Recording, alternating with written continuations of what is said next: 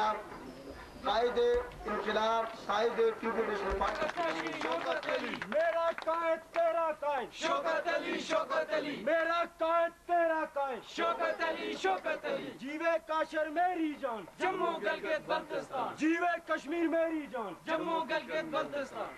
طلباء کا ساتھی شوکت علی طلباء کا ساتھی شوکت علی مزدور کا ساتھی شوکت علی کسان کا ساتھی شوکت علی گلگت والوں کا ساتھی شوکت علی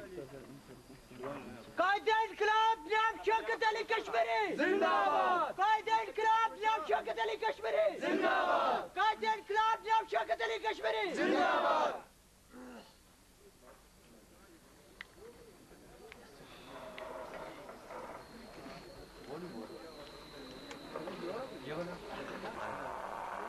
صدر جلسہ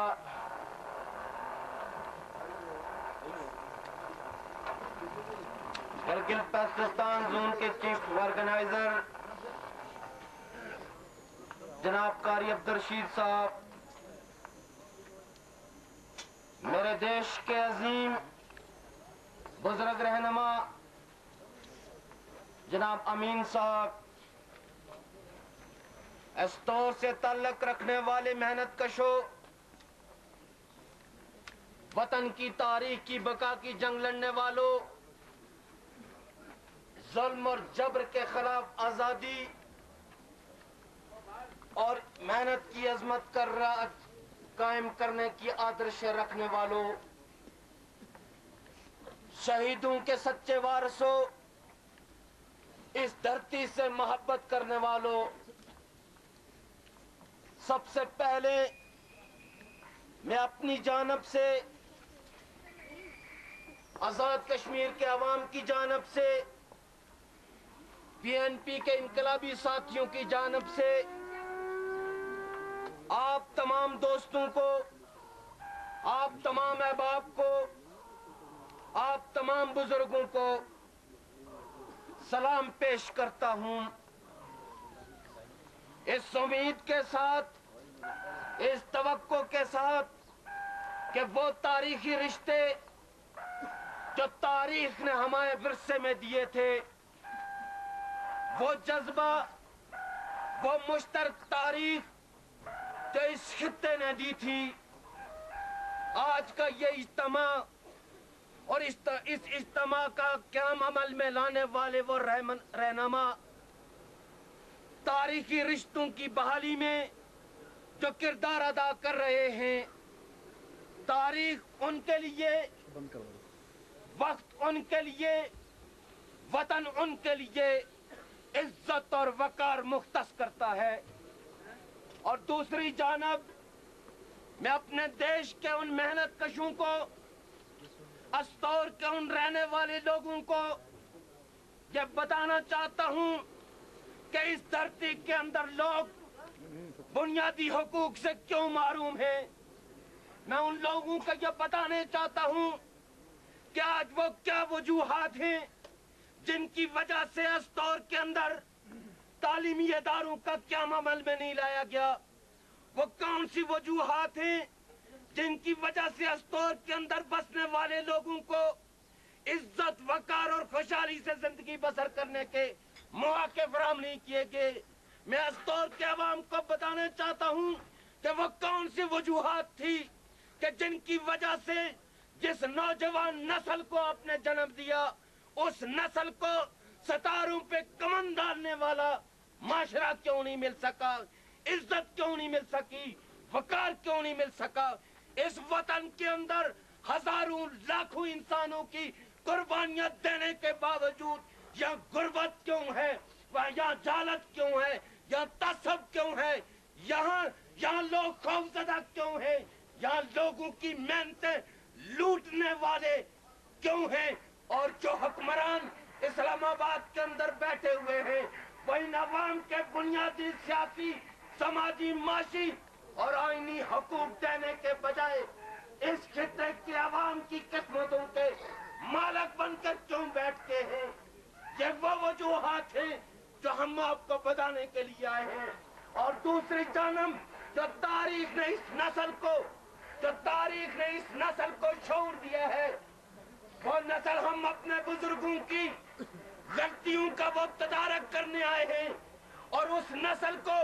جو ہمارے عہد کی نسل ہے، ہم ان نوجوانوں کو جو ہمارے ہم اثر ہیں ان سے دست تعاون بڑھانے آئے ہیں، اس لیے کہ ان کے دکھ، ان کے درد، ان کی تاریخ، ان کا وطن، ہمارا وطن، ہماری تاریخ سانجے ہیں۔ اور جب تک اس دور کے رہنے والے، گلگت کے رہنے والے، بلتستان کے رہنے والے، کشمیر کے رہنے والے نوجوان اپنی تاریخ کی بقا کے لیے، اپنے وطن کی آزادی کے لیے، اپنے وطن کی خود مختاری کے لیے، اپنے سماج کے اندر انسانوں کو خوشیاں دینے کے لیے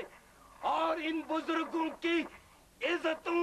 اور وقار میں اضافے کے لیے متحد نہیں ہوں گے، منظم نہیں ہوں گے، تو پاکستان کے حکمران طبقے یاد رکھو جنہوں نے 45 سال سے اس خطے کو بے آئین رکھا ہوا ہے، اس خطے کے لوگوں کی محنتوں اور وسائل کو تو لوٹا جاتا ہے، لیکن اس خطے کے لوگوں کو علاج معالجے کی سہولتیں نہیں دی جاتی، اس خطے کے لوگوں کو ان کے بنیادی حقوق نہیں دیے جاتے۔ آج دنیا کے اندر علم اور تمدن اور تہذیب اس مقام پر پہنچ چکی ہے کہ جانور کی پیٹھ پر بھی ڈنڈا مارنے کے خلاف انسداد بے رحمی قائم ہے، لیکن میرے دیش کے یہ خوبصورت بچے اور میری دھرتی کے یہ زیوکار بزرگ، انہیں عدل نہیں ہے، انہیں انصاف نہیں ہے، بلکہ ایک جوڈیشل کمشنر ان کی قسمتوں کا مالک بنا بیٹھا ہے، اور وہ رہنما، وہ نام نہاد رہنما اور رہبروں کے روپ میں رازن جو وزارت امور کشمیر کے ایجنٹ ہیں، جو پاکستان کے حکمران طبقوں سے مل کر اس خطے کے لوگوں کے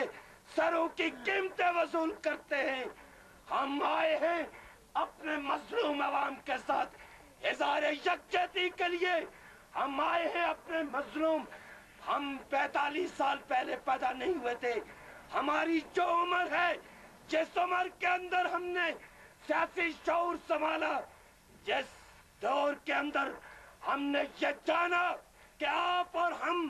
تاریخ کے مشترک وارث ہیں، جب ہم نے یہ سیکھا کہ آپ کی اور ہماری